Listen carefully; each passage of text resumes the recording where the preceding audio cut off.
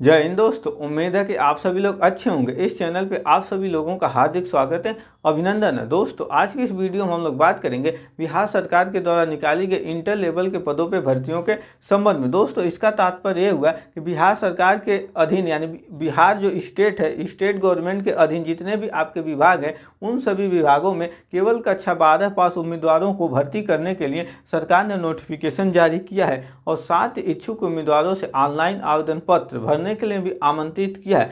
अगर आप भी उन उम्मीदवारों में से एक हैं जो सरकारी नौकरी के लिए तैयारी कर रहे हैं तथा आपका सपना है बिहार सरकार के अधीन नौकरी प्राप्त करना, तो यह भर्ती आप सभी लोगों के लिए एक सुनहरा मौका है। दोस्तों इस वीडियो में हम लोग यह भी समझेंगे इस पद पर भर्ती होने के लिए आपके पास कौन सी शैक्षिक योग्यता होनी चाहिए और इसके लिए कब से आवेदन पत्र भरे जाएंगे और आपका जो सिलेक्शन हो किस आधार पर होगा, इन सब को हम लोग एक एक करके विस्तार से समझेंगे। अगर आप चैनल पर नए हो तो चैनल को जरूर सब्सक्राइब करें और अपने दोस्तों के साथ भी शेयर करें। बिहार सरकार का जो बिहार सर्विस सिलेक्शन कमीशन है उसके द्वारा ये इंटर लेवल के पदों पर भर्ती करने और जो विज्ञापन जारी किया है, इसमें जो आपका पोस्ट है इनमें वेरियस पोस्ट, इसका मतलब हर विभाग में अलग अलग पदों पे आपका भर्ती किया जाना, जिसके लिए जो आपकी कुल सीट है तो 23,175 सीट है। ये काफ़ी अच्छी मात्रा में वैकेंसी आई है। इसके लिए महिला और पुरुष दोनों उम्मीदवार योग्य होंगे। अगर आप भी चाहते हैं कि बिहार सरकार के अधीन नौकरी प्राप्त करना, तो इसके लिए जो आवेदन की प्रारंभिक तिथि है वो 15 अक्टूबर 2025 है। इस तारीख से आवेदन पत्र भरे जा रहे हैं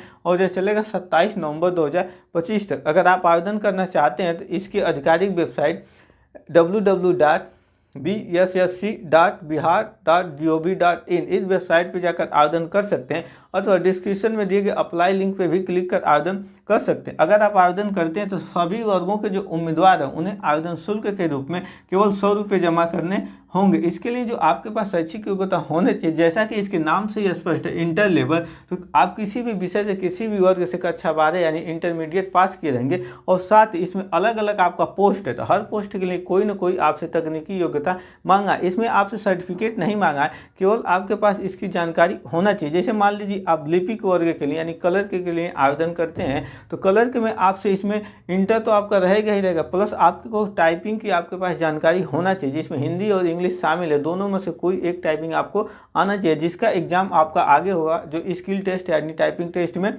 आएगा।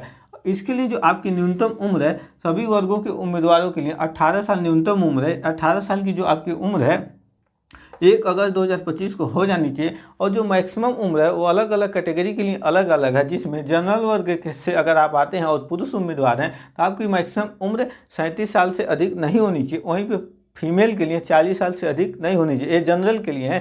ठीक इसी तरह बीसी और ईबीसी मेल और फीमेल कैंडिडेट के लिए मैक्सिमम उम्र 40 साल से अधिक नहीं होना चाहिए, यानी 18 से 40 के बीच में। एससी एसटी के लिए 42 साल मैक्सिमम उम्र है। अब हम लोग दोस्तों देखते हैं जो आपका 23,175 रिक्तियाँ हैं यानी इतनी जो सीट है इसको हम ब्रेकआउट करते हैं कैटेगरी वाइज, यानी किस कैटेगरी में कितने सीट है। इसमें जो आपका जनरल वर्ग के जो उम्मीदवार हैं उनके लिए 10,142 सीट है। अब आप देखिए 23,175 है और 10,142 सीट जनरल का है, वहीं बीसी का 2,562 है और ईडब्ल्यूएस का 2,299, यानी 10 दो 12,000 और लगभग आपका 12,000 प्लस ही सीट केवल जनरल का है। कितना सीट है 23,175। इसी तरह आपका ईबीसी का 3,974 है। ठीक आपका एससी का 3,212 है, एसटी का 219 है और बीसी वर्ग की जो महिला कैंडिडेट हैं उनके लिए अलग से सीट है 767 सीट। दोस्तों यहाँ तक तो आप सभी लोगों को सारी बातें समझ में आई होगी। अब हम लोग समझते हैं इस भर्ती प्रक्रिया का सबसे इम्पॉर्टेंट भाग सिलेक्शन प्रोसेस यानी चयन प्रक्रिया या एग्जाम पैटर्न के बारे में। इसमें जो आपका चयन प्रक्रिया है इसमें आपके 2 एग्जाम होंगे, पहला प्री एग्जाम यानी प्रारंभिक परीक्षा और दूसरा आपका मुख्य परीक्षा। जो प्री एग्जाम है इसमें जो आपसे जो प्रश्न पूछे जाएंगे वो एमसीक्यू यानी मल्टीपल चॉइस क्वेश्चन होंगे, जिसमें आपके जो टोटल जो प्रश्न होंगे 150 प्रश्न होंगे और इन्हें हल करने के लिए आपको 2 घंटे 15 मिनट का समय मिलेगा। दोस्तों जो आपका रिटेन एग्जाम है इसमें निगेटिव मार्किंग है। इसमें अगर एक क्वेश्चन सही करते हैं तो आपको 4 अंक मिलेगा, अगर आप एक क्वेश्चन गलत करते हैं तो आपका जो निगेटिव मार्किंग है 1 नंबर की कटौती होगी। दोस्तों इसमें जो आपके पूछे जाने वाले विषय हैं सामान्य अध्ययन, सामान्य विज्ञान एवं गणित दूसरा खंड और तीसरा खंड आपका मानसिक क्षमता एवं जांच। लेकिन सबसे इम्पॉर्टेंट बात ये है कि जो आपका रिटेन एग्जाम होगा, रिटेन एग्जाम में जैसे आपके ये 3 खंड है, सामान्य अध्ययन, सामान्य विज्ञान एवं गणित, मानसिक क्षमता एवं जाँच, ये 3 खंड है। इन तीनों खंडों में से किसी भी एक खंड को करने के लिए आप अपने साथ इसका बुक यानी आप इसका किताब ले जा सकते हैं।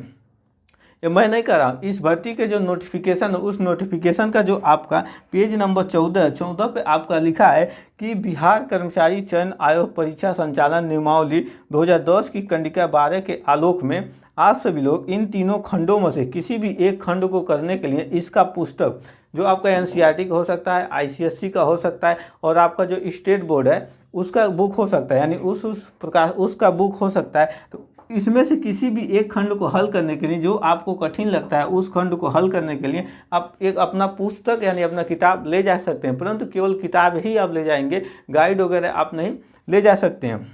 दोस्तों जब आप प्री एग्जाम यानी प्रारंभिक परीक्षा में सफल हो जाएंगे उसके बाद ही आपको मुख्य परीक्षा में बैठने का मौका मिलेगा। मुख्य परीक्षा का अभी सिलेबस नहीं आया है, मुख्य परीक्षा के लिए जो सिलेबस है उसके लिए अलग से नोटिफिकेशन जारी किया जाएगा। जैसे ही नोटिफिकेशन आएगा मैं आप सभी लोगों को इस बिहार इंटर लेवल एग्जाम का जो मेंस एग्जाम है उसका सिलेबस के बारे में डिटेल जानकारी दे दूंगा। आई होप आप सभी लोगों को यह वीडियो अच्छे से समझ में आया होगा। मिलेंगे इसी तरह के जॉब रिलेटेड नेक्स्ट वीडियो में। जय हिंद।